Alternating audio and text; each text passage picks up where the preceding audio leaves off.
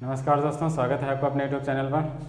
पिछली क्लास में हमने पढ़ लिया था भारत के दर्रे यानी कि पासेस ऑफ इंडिया। आज उसी के आगे हम पढ़ेंगे भारतीय नदियाँ यानी कि इंडियन रिवर्स कौन कौन सी, उनके बारे में पढ़ेंगे। तो भारतीय नदियाँ यानी कि नदी क्या होता है, जैसे अगर नदी क्या होता है इसको डिफाइन किया जाए तो यानी कि नदी हो जाएगा जैसे प्राकृतिक रूप से उत्पन्न जल की धारा, यानी कि जो नेचुरल होती है जल की धारा, प्राकृतिक रूप से उत्पन्न जल की धारा को हम क्या कहते हैं, नदी कहते हैं। अगर इसको लिखना चाहें तो ऐसे लिख सकते हैं, प्राकृतिक रूप से उत्पन्न जल की धारा को नदी कहते हैं। तो ये हो गया नदियाँ। उत्पन्न कैसे होती है, जैसे ग्लेशियर्स होते हैं उनसे पिघलकर जो बर्फ़ होती है बहती रहती है, उसी से नदियाँ बन जाती हैं, या पहाड़ों से। इस तरह से जो है ये नदियाँ प्राकृतिक रूप से क्या होती हैं, बहती रहती हैं। तो ये हो गया नदी। अब नदी से प्रॉफिट क्या होता है, यानी कि या तो इससे लाभ होगा, अगर लाभ हो रहा है तो दूसरी तरफ यानी कि इससे हानि भी होगी। तो दो चीज़ें होती हैं, तो लाभ भी होगा और हानि भी होगी। तो लाभ कौन कौन से होंगे पहले ये देख लेते हैं, उसके बाद हानि देख लेते हैं कौन कौन से होगी। तो पहले लाभ देखते हैं। लाभ क्या होगा, यानी कि इससे क्या होता है, इस पर हम क्या बना सकते हैं, डैम बना सकते हैं, और डैम बना करके विद्युत उत्पादन कर सकते हैं। तो इसमें हम क्या लिखेंगे, विद्युत उत्पादन। एक तो लाभ ये हो गया विद्युत उत्पादन। दूसरा क्या होता है, ये पीने का पानी, यानी कि जो पानी का स्रोत होता है तो इसी से होता है। तो पीने का पानी का स्रोत होती है नदियाँ, पीने का पानी की स्रोत। एक लाभ तो ये हो गया। और क्या लाभ होता है, पीने का पानी का स्रोत होता है, और यानी कि जो बालू वगैरह होती है, बालू और पत्थर इसी से मिलते हैं। बालू और पत्थर ये भी नदियों से ही प्राप्त होते हैं। घर बनाने के लिए बालू और पत्थर का यूज़ होता है, तो वो भी इसी से नदियों से ही प्राप्त होता है। और नदियाँ क्या करती हैं, जो मिट्टी काट कर बहा कर लाती हैं, वो क्या करती हैं, मिट्टी को उपजाऊ बना देती है। यानी कि जो मिट्टी होती है उनके द्वारा लाई गई वो उपजाऊ मिट्टी का निर्माण करती है। तो एक लाभ तो ये हो गया उपजाऊ मिट्टी। और इसमें क्या होता है, और जैसे मछली पालन होता है, यानी कि जो मछली पालन का व्यापार करते हैं वो भी नदियों में ही तो होता है। तो मछली पालन इसमें होता है, मछली पालन। तो ये लाभ हो गए इससे होने वाले, यानी कि नदियों से क्या क्या लाभ होते हैं, विद्युत उत्पादन, पीने का पानी, बालू और पत्थर, उपजाऊ मिट्टी होगी। एक लाभ इसमें और लिख सकते हैं, यानी कि सिंचाई, यानी कि सिंचाई भी तो नदियों से होती है, तो सिंचाई वाला भी लाभ इसी से होता है। तो सिंचाई हो गया एक लाभ। तो ये लाभ होते हैं नदियों से। अब हानि क्या क्या होती है, यानी कि हानि देख लेते हैं क्या क्या होती है। तो हानि में क्या लिख सकते हैं, जैसे जब बड़े बांधों का निर्माण होता है, तो बड़े बांधों का निर्माण होता है तो क्या होती है, बाढ़ की समस्या रहती है। निर्माण से बाढ़ की समस्या, बाढ़ की समस्या, तो इससे नुकसान यानी कि हानि भी होती है। और सीवेज समस्या होती है, यानी कि सीवेज समस्या हो जाएगा। और नंबर 3 क्या हो जाएगा, यानी कि बाढ़, बड़े बांध जब बनेंगे तो इससे बाढ़ की समस्या होगी और सीवेज समस्या होगी। और सब कचरा होता है, प्लास्टिक कचरा वगैरह नदियों से बह करके खेतों में या प्लेन्स के क्षेत्र में आ जाता है। तो प्लास्टिक कचरा हो गया एक, ये भी इससे हानि होती है। और घरेलू कचरा, यानी कि जो पानी के द्वारा बह करके पहुंचता रहता है, ये भी इससे क्या होता है, इससे हानियाँ होती हैं। तो हमने क्या देख लिया, नदी देख लिया क्या होती है, और नदी से होने वाले लाभ देख लिए, और इनसे होने वाली हानियाँ। अब इसमें देखते हैं नदियाँ, इसके आगे यानी कि जो टाइप होते हैं इसके वो देखते हैं। यानी कि नदियाँ के टाइप, यानी कि नदी तंत्र जो होता है वो कितने प्रकार का होता है। नदी तंत्र 2 टाइप का होता है। 2 टाइप कौन कौन से, एक तो होते हैं पहाड़ी नदियाँ, यानी कि जो पहाड़ों से निकलती हैं, यानी कि हिमालय से निकलती हैं, तो क्या हो जाएगा, हिमालयी नदियाँ, हिमालयी नदी हो जाएगा। और दूसरा क्या हो जाएगा, प्रायद्वीपीय नदी, यानी कि जो दक्षिण भारत की तरफ होती है, प्रायद्वीपीय नदी। तो 2 टाइप की नदियाँ होती हैं। अब हिमालयी नदियाँ क्या होती हैं, हिमालयी नदियाँ जो हिमालय पर्वत यानी कि ऊंचाई से बह करके नीचे की ओर आती हैं, हिमालयी नदियाँ होती हैं। इनके स्रोत क्या होते हैं, यानी कि कहाँ से आती हैं, तो इसका स्रोत क्या होता है, पानी का स्रोत होता है ग्लेशियर, यानी कि ग्लेशियर्स जब पिघलते हैं उसी के पानी के द्वारा ये नदियाँ बनती हैं। तो स्रोत क्या हो जाएगा, ग्लेशियर हो जाएगा। और इनको कहते क्या हैं, इनको सदा नीरा कहते हैं। सदा नीरा का मतलब है हमेशा, यानी कि इसमें हमेशा पानी बना रहता है, तो ये सदा नीरा नदी कहलाती है। ये हो गया। इसमें कौन कौन सी नदियाँ होती हैं, जैसे गंगा हो गया, ब्रह्मपुत्र हो गया। ये जो नदियाँ हैं गंगा, ब्रह्मपुत्र और सिंधु, ये नदियाँ जो हैं सदा नीरा, यानी कि हमेशा बहती रहती हैं। और इनका स्रोत क्या होता है, ये हिमालयी नदियाँ होती हैं, स्रोत इनका ग्लेशियर होता है, और ये सदा नीरा नदी होती है।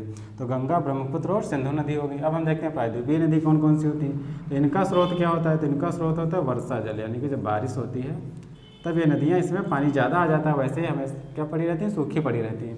इनका स्रोत वर्षा जल होता है। और ये मौसमी नदियाँ कहलाती हैं, यानी कि जब बारिश का मौसम आएगा, मानसून का मौसम आएगा, तो ये नदियाँ इसमें पानी आ जाएगा। तो ये मौसमी नदी होती हैं। इसमें दो टाइप की नदी होती है, एक होती है पूर्व की ओर बहने वाली नदियाँ, पूर्व की ओर बहने वाली नदियाँ, और दूसरी होती है पश्चिम की ओर बहने वाली नदियाँ। तो पूर्व की ओर बहने वाली नदी कौन कौन सी होती है पहले वो देखेंगे, फिर पश्चिम की ओर यानी कि पश्चिम की ओर बहने वाली नदियाँ। तो दो टाइप की नदियाँ होती हैं। प्रायद्वीपीय नदी दो टाइप की होती है, कौन कौन सी? एक होगी पूर्व की ओर बहने वाली नदी, दूसरी होगी पश्चिम की ओर बहने वाली नदी, बहने वाली नदी। ये दो टाइप की होगी। इसमें कौन कौन सी नदी होती है? तो इसमें हमारी होती है गोदावरी नदी, कृष्णा नदी और कावेरी नदी। कृष्णा और कावेरी ये पूर्व की ओर बहने वाली नदी हो गई, यानी कि गोदावरी हो गई, कृष्णा नदी हो गई और कावेरी नदी हो गई। और पश्चिम की ओर कौन कौन सी बहती है? ये हो गई पूर्व की ओर बहने वाली। पश्चिम की ओर बहने वाली हो गई जैसे नर्मदा हो गई, साबरमती, नर्मदा, साबरमती, ताप्ती और लूनी। ये पश्चिम की ओर बहने वाली नदियाँ हो गई, यानी कि ये अरब सागर की ओर बहती है और ये बंगाल की खाड़ी की तरफ बहती है। तो प्रायद्वीपीय नदियाँ दो टाइप की हो गई और हिमालयी नदियाँ गंगा, ब्रह्मपुत्र और सिंधु नदी हो गई। अब हम किसके बारे में पढ़ेंगे? गंगा के बारे में पढ़ेंगे। गंगा के बारे में, गंगा नदी के बारे में पहले गंगा नदी के बारे में पढ़ लेते हैं। तो गंगा नदी सबसे पहले इसका हम देखें उद्गम कहाँ से होता है, यानी कि निकलती कहाँ से और इसका अंत कहाँ पे होता है। तो उद्गम कहाँ से होता है पहले देखेंगे। तो उद्गम होता है हमारा गोमुख ग्लेशियर, यानी कि गोमुख ग्लेशियर। इसी को हम क्या कहते हैं? गंगोत्री ग्लेशियर। तो इसमें गंगोत्री भी लिख लेंगे। तो इसका उद्गम यानी कि निकलती है गोमुख ग्लेशियर से, अंत इसका कहाँ हो जाता है? बे ऑफ बंगाल में, यानी कि बंगाल की खाड़ी में, बंगाल की खाड़ी में इसका अंत हो जाता है। अब किन किन राज्यों से होकर बहती है? तो पहले हम स्टेट लिख लेंगे, यानी कि कौन कौन से राज्यों से होकर जाती है। तो सबसे पहले ये कहाँ जाती है? तो सबसे पहले शुरुआत इसकी होती है उत्तराखंड से, तो उत्तराखंड हो जाएगा, उत्तराखंड। उसके बाद कहाँ जाती है? उत्तराखंड के बाद उत्तर प्रदेश, उसके बाद उत्तराखंड हो गया, उत्तर प्रदेश हो गया, और उसके बाद बिहार, बिहार, फिर झारखंड, झारखंड, उसके बाद पश्चिम बंगाल। ये तो हो गए इंडिया के स्टेट, यानी कि 5 स्टेट कौन से हैं? इंडिया के। उसके बाद पश्चिम बंगाल के बाद ये बांग्लादेश, यानी कि बांग्लादेश पहुंच जाती है दूसरे देश में। बांग्लादेश में जब पहुंचती है गंगा नदी तो इसका नाम क्या हो जाता है? पद्मा, यानी कि इसका नाम बदल जाता है। बांग्लादेश में इसको पद्मा नाम से बुलाते हैं। तो 5 स्टेट, यानी कि 5 स्टेट इंडिया के, 5 स्टेटों में बहती है। कौन कौन से? उत्तराखंड, उत्तर प्रदेश, बिहार, झारखंड और पश्चिम बंगाल। उसके बाद बांग्लादेश में पहुँच जाती है। तो ये हो गया स्टेट कहाँ। इसकी लंबाई देख लेते हैं कितनी लंबी है। तो लंबाई इसकी कितनी है? लंबाई इसकी है 2525 किलोमीटर, यानी कि 2525 किलोमीटर इसकी लंबाई है। ये होगी इसकी लेंथ, यानी कि इतने किलोमीटर का ये मतलब रास्ता तय करती है, इसकी लंबाई होगी। और ये सबसे लंबी नदी है, यानी कि इंडिया की सबसे लंबी नदी, सबसे लंबी नदी होगी इंडिया की सबसे लंबी नदी। और ये क्या करती है? यानी कि 26% वाटर सप्लाई इसका रहता है, यानी कि 26% वाटर सप्लाई इसी नदी से होता है। जितना भी इंडिया में वाटर सप्लाई होता है 26% वाटर सप्लाई होती है। और इसका पानी, यानी कि जो पानी है स्वतः स्वच्छ, यानी कि खुद ही साफ़ हो जाता है। तो स्वतः स्वच्छ पानी इसका रहता है। और इसको क्या कहते हैं? यानी कि राष्ट्रीय नदी। तो राष्ट्रीय नदी इसको कहते हैं। तो गंगा को राष्ट्रीय नदी कब से कहते हैं? यानी कि राष्ट्रीय नदी तो हो गया गंगा को राष्ट्रीय नदी कब से घोषित किया गया? तो राष्ट्रीय नदी इसको 2008 से, यानी कि 2008 से इसको राष्ट्रीय नदी घोषित किया गया है। तो गंगा क्या होगी? राष्ट्रीय नदी होगी और 5 स्टेट से होकर बहती है। उद्गम इसका गोमुख ग्लेशियर में होता है, अंत इसका बे ऑफ बंगाल में होता है। और ये हो गया 2525 किलोमीटर इसकी लंबाई। अब हम इसमें देख लेते हैं, यानी कि गंगा की जो सहायक नदियाँ हैं, तो सहायक नदियाँ कौन कौन सी हैं ये हम इसके फिगर में देखते हैं, यानी कि इसका एक फिगर बनाते हैं। हम देखते हैं गंगा नदी तंत्र, यानी कि हेडिंग क्या डाल लेंगे? गंगा नदी तंत्र। इसका विस्तार देखते हैं कहाँ से कहाँ तक और कैसे है। तो गंगा नदी तंत्र देखते हैं। तो सबसे पहले यहाँ पे मान लीजिए गोमुख ग्लेशियर है। कौन सा? गोमुख, गोमुख ग्लेशियर। यहाँ से गंगा निकलती है तो गोमुख ग्लेशियर हो जाएगा। और दूसरा यहाँ पे एक सतोपंथ ग्लेशियर है, सतोपंथ ग्लेशियर है, ग्लेशियर। अब यहाँ देखते हैं यहाँ क्या हो जाएगा। पहले यहाँ से एक जैसे धारा निकलती है और एक यहाँ से धारा निकलती है, ये 2 धाराएँ निकलती हैं। तो ये धारा पहले यहाँ पे क्या होता है, जैसे यहाँ पे एक नदी आकर के मिल जाती है। तो यहाँ पे जो नदी आके मिलती है, जैसे यहाँ से नदी ये निकली, इस नदी का क्या नाम है? अलकनंदा। तो इसको हम क्या लिख लेंगे यहाँ पे? अलकनंदा, अलकनंदा। तो ये अलकनंदा हो गया। उसके बाद जब यहाँ पे दूसरी नदी आकर के मिलती है, तो यहाँ पे एक नदी आकर के मिलती है यहाँ पे धौली गंगा, इसका नाम क्या हो जाएगा, धौली गंगा। धौली गंगा कहाँ से आती है, तो ये आती है हमारी, यानी कि जहाँ पे मिलती है, ये धौली गंगा इधर से आती है, तो यहाँ पे जहाँ पे मिलेगी उसको हम क्या कहेंगे, इसको कहेंगे विष्णु प्रयाग, यानी कि यहाँ पे लिख लेंगे विष्णु प्रयाग। ओके, विष्णु प्रयाग जहाँ पे मिलती है। उसके बाद फिर ये आगे बढ़ती है, जब फिर आगे बढ़ती है तो यहाँ पे जैसे और आगे बढ़ गई, तो यहाँ पे जब दूसरी नदी आके मिलेगी, तो यहाँ से कौन सी नदी आके मिलेगी, तो नंदाकिनी हो जाएगी, नंदाकिनी, नंदाकिनी। अब जब नंदाकिनी जहाँ पे मिलेगी, ये कौन सा प्लेस हो जाएगा, तो ये हो जाएगा नंद प्रयाग, इसको हम लिख लेंगे नंद प्रयाग, तो ये नंद प्रयाग हो जाएगा।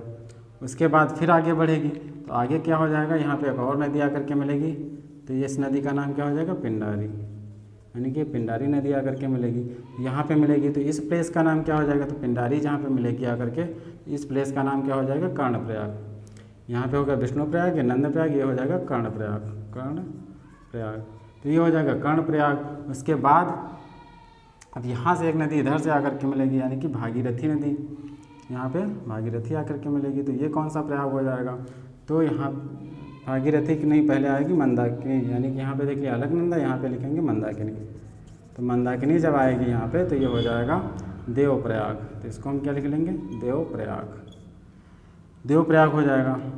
और यहाँ पे जब मिल गई, इसके बाद जब ये फिर से आगे बढ़ेगी यहाँ पे ये वाली, तो यहाँ पे जब आएगा, तो ये कौन सा प्रयाग हो जाएगा, ये विष्णु प्रयाग था, ये नंद प्रयाग, ये कर्ण प्रयाग, ये कौन सा था, देवप्रयाग। अब ये हो जाएगा, नहीं ये हो जाएगा रुद्रप्रयाग, एक मिनट, तो ये हो जाएगा देवप्रयाग, ये हो गया देवप्रयाग। अब यहाँ पे जब, यानी कि यहाँ पे जब भागीरथी आकर के मिलेगी, कौन सी नदी आकर के मिलेगी, भागीरथी, ये वाली नदी, यहाँ से जब भागीरथी आकर के मिलेगी, तो ये यहाँ पे जब नदी का नाम बदलेगा, तो यहाँ पे कौन सी नदी हो जाएगी, गंगा नदी, इसको हम लिख लेंगे रेड पेन से, यानी कि देवप्रयाग में कौन सी नदी हो जाती है, गंगा नदी हो जाती है, ये बन गया, यानी कि गंगा नदी। शुरुआत से ही गंगा नदी नहीं कहलाती है, पहले अलकनंदा आकर के इसमें मिलती है विष्णु प्रयाग में, उसके बाद धौली गंगा आकर के मिलती है, नंदाकिनी मिलती है और पिंडारी मिलती है, इधर से मंदाकिनी आकर के मिलती है। तो 5 प्रयाग इसमें है, एक है विष्णु प्रयाग, एक है नंद प्रयाग, एक कर्ण प्रयाग है और एक रुद्र प्रयाग, एक है देव प्रयाग। तो 5 प्रयाग हैं इसमें, लिख लेंगे 1 2 3 4 और 5, ये तो 5 प्रयाग हैं।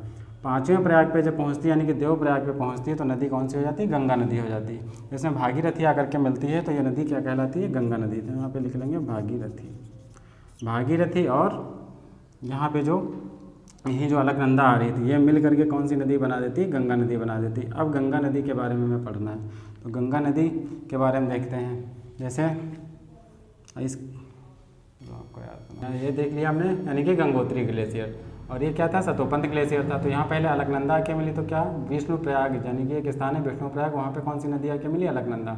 उसके बाद धौली गंगा आके उसी के आगे नंद प्रयाग में मिली, उसी के आगे अगला जब बढ़ेंगे तो नंदाकिनी नदी हो जाएगी, और ये कहाँ पे मिलेगी, कर्ण प्रयाग पे।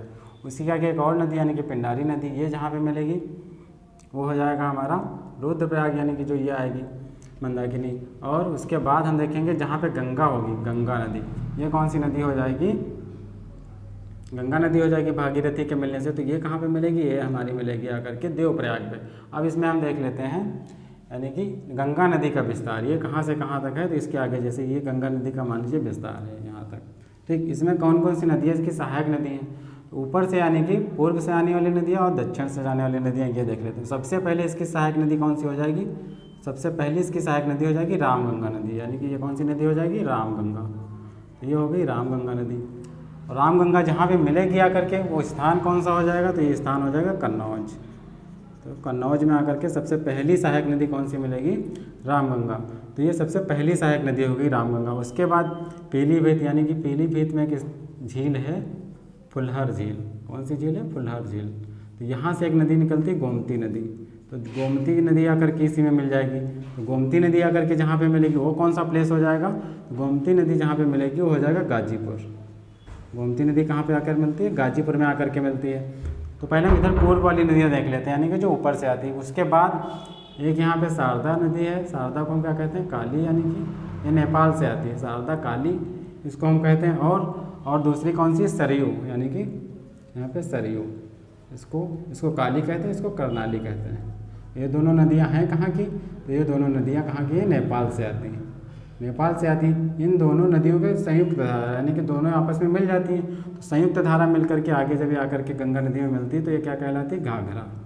इसको क्या कहते हैं, घाघरा नदी। ये सबसे बड़ी सहायक नदी, यानी कि सबसे पहली सहायक नदी अगर पूछेगा, सबसे पहली सहायक नदी गंगा की कौन सी है, तो रामगंगा हो जाएगी।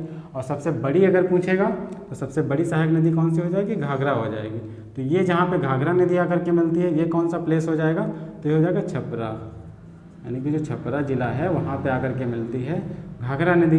उसके बाद एक नदी और उधर से आती है गोसाई धाम से, मान लीजिए ये आती है नदी गोसाई धाम से। ये बिहार का स्थान है गोसाई धाम, गोसाई धाम ये बिहार का स्थान है।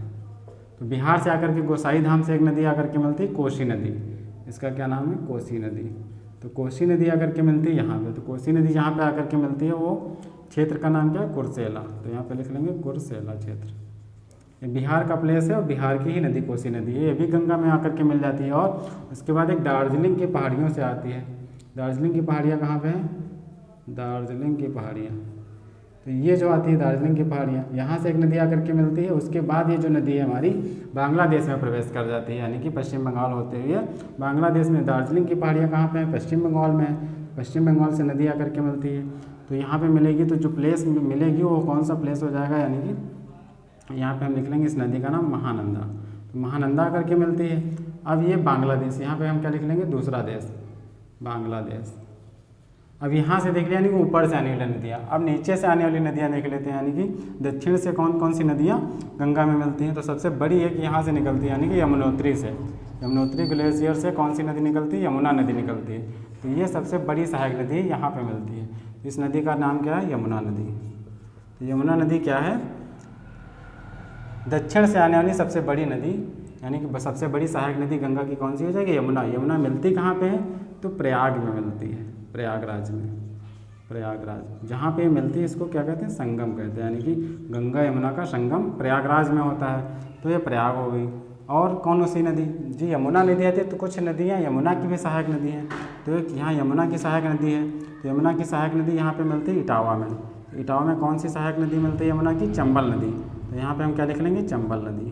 तो चंबल नदी किसकी सहायक नदी है, यमुना की सहायक नदी है। और ये इसमें यानी कि चंबल नदी की सहायक नदी कौन सी हो जाएगी, तो क्षिप्रा हो जाएगी। तो ये क्षिप्रा नदी। क्षिप्रा नदी कहाँ से जाती है, ये कारकी बाड़ी एक पहाड़ी है, कारकी बाड़ी, कारकी बाड़ी पहाड़ी है, वहाँ से जो क्षिप्रा नदी निकलती है चंबल में मिल जाती है।